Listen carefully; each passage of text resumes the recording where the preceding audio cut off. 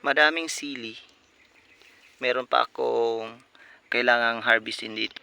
Kailangan pa akong mayroon akong ma-harvest pa. Oh, yan, hindi pa ako tapos niyan. May maliliit pa na ano, napakaanghang niyan. Yan, nagbo-bloom sila lahat ngayon. Ito po.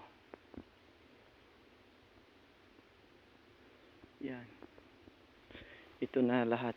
Nagsasabay-sabayan sila ngayon. Lahat mga ka-farm.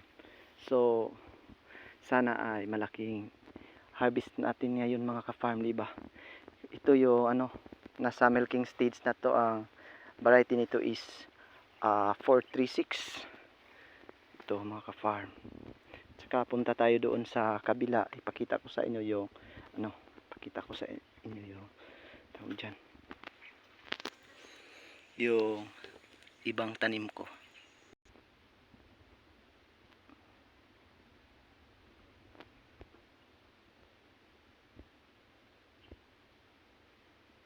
Hindi lang mga tanim yung mga ka-farm, meron din kami mga halamang pampapaganda sa bakuran.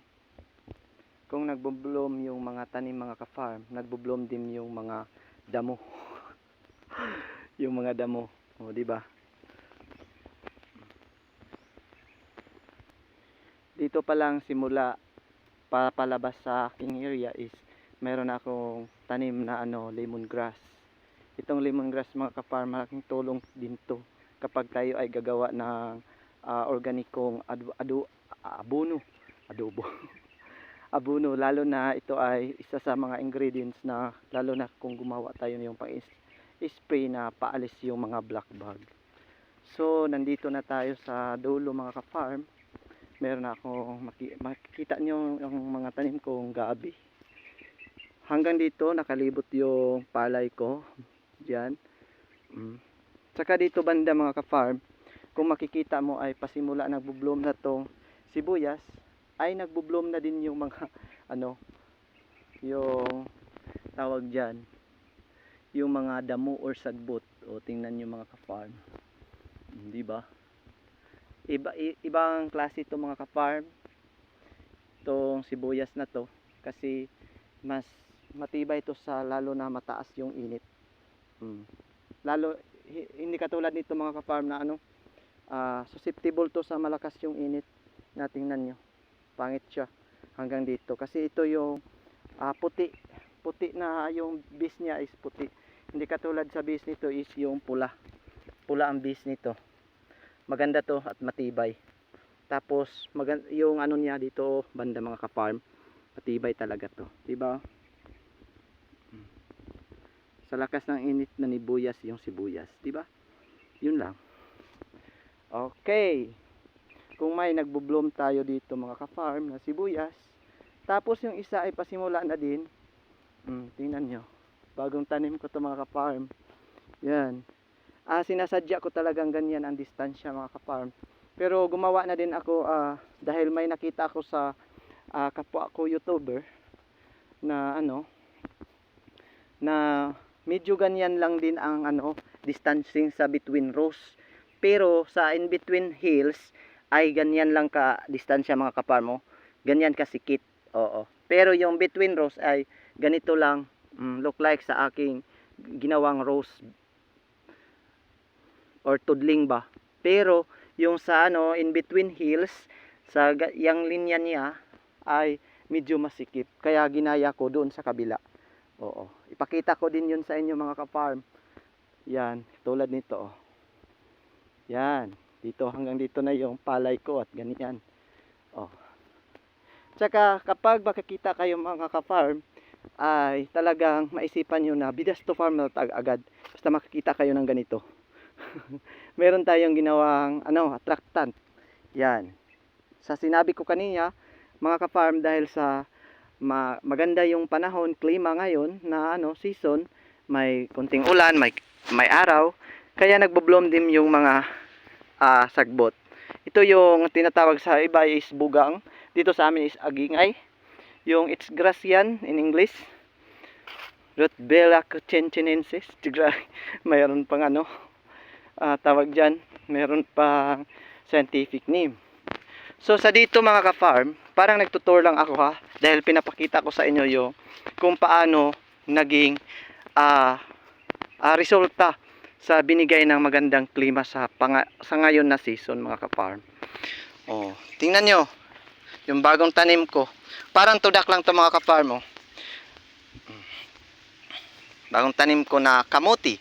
Siyempre nagsisimula na sila dito. Oh. Dalawang ori ito mga ka-farm. Ito ay yung puti ang balat. Tapos malakas to magbigay ng laman or unod mga ka-farm. Tapos ito yung klase na yan. Yung pinaka old na variety sa amin. At ito yung pula yung balat niya tapos orange yung laman, yung pinakaunod. Yan. Mga DIY lang tayo mga ka-farm. Basta basta ang purpose natin is hindi tayo magugutom by next year. Pag start ng bagong taon, mayroon tayong maraming ma-harvest. Kasi katapusan ng December or first week of ito ay pwede na ma-harvest sa January. So yun lang ang ginawa ko mga ka-farm. Hindi ako magbigay ng malaking bakante or time. Malaking time na bakante sa aking dito habang nandito ako mga ka-farm sa farm. Dahil baka ako ay alis dito, ay syempre maraming tanim na mabili na ako ba sa ako ang nanay o sa akong mga pagumangkon kay basin dayo ganahan ta manarbaho. So yun lang mga ka-farm ha, ipakita lang na ako sa inyo ang area diriya. So basta madamong area madamong area dito mga ka-farm. At ito yung fish pond. Ang fish pond na to mga ka-farm is pinaganyan ko muna sa Bisaya is gipaliki sa nako mga ka-farm para ma-expose yung baka yung acidity ba makahungaw, ma-expose sa adlaw. So ingon ana. Tapos yung isa, magtatanong kayo dito mga ka-farm, ay nasa 500 square meter to mga ka-farm, at yung isa ay nasa 1,200 square meter. Excuse me. Yan. Ito, wala pa rin tong laman mga ka-farm, pero niready ko na to para sa katapusan, kasi by katapusan ako mag-stock nito. Sinong nakakilala niya na tanim to at masarap to na gulay mga ka-farm? Ito ang tawag nito is kadyus. Kadyus to.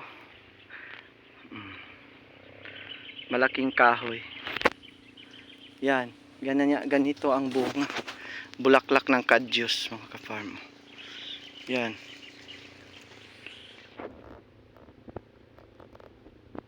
Yan ang bunga. Tapos ganito ang bunga. Maliit lang to. Tapos yung bunga niya, yung laman niya, yung buto is nasa 4 to 6 na buto. Yung bunga niya. Yung kadyus.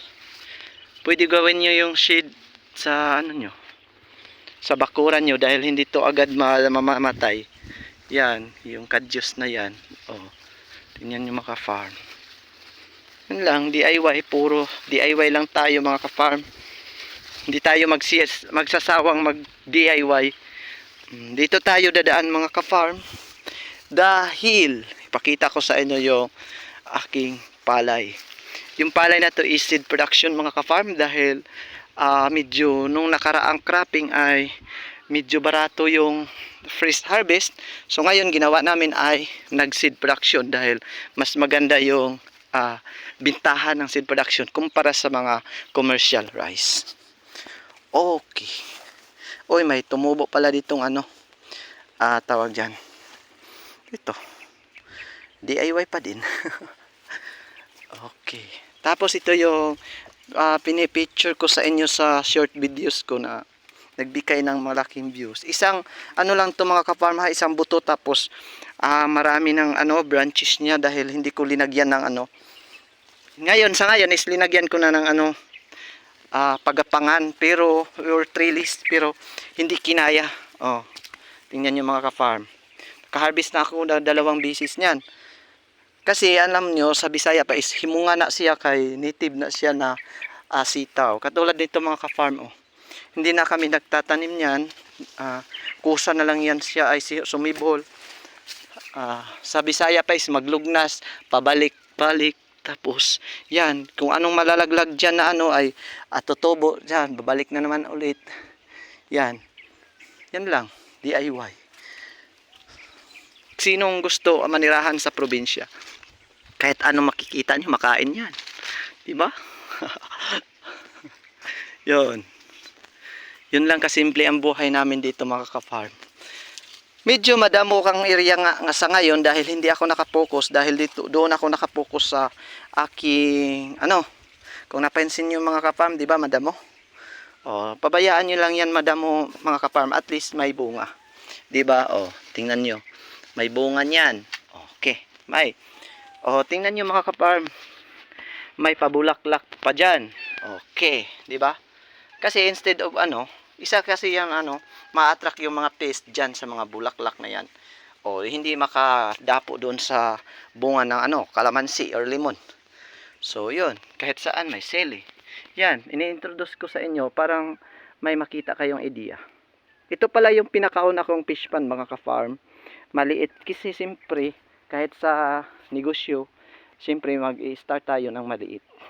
Hindi naman lahat mga ka-farm, dahil mayroon namang mga big timer na mga businessman, businesswoman ay nag-start din sila sa malaki diretso. Pero para sa akin, lalo na para sa akin na maliit lang yung capital, ay start muna tayo sa maliit na business.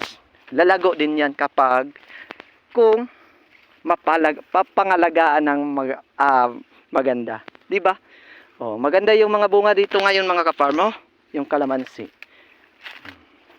My phone is overheated daw, sabi ng system. So, dito, pupunta tayo dito mga ka-farm. Ito pala yung damo na native na Bermuda. Kung tayo iikot dito, is makakain din tayo ng balimbing. Balimbing ba tawag dito sa inyo? Wow.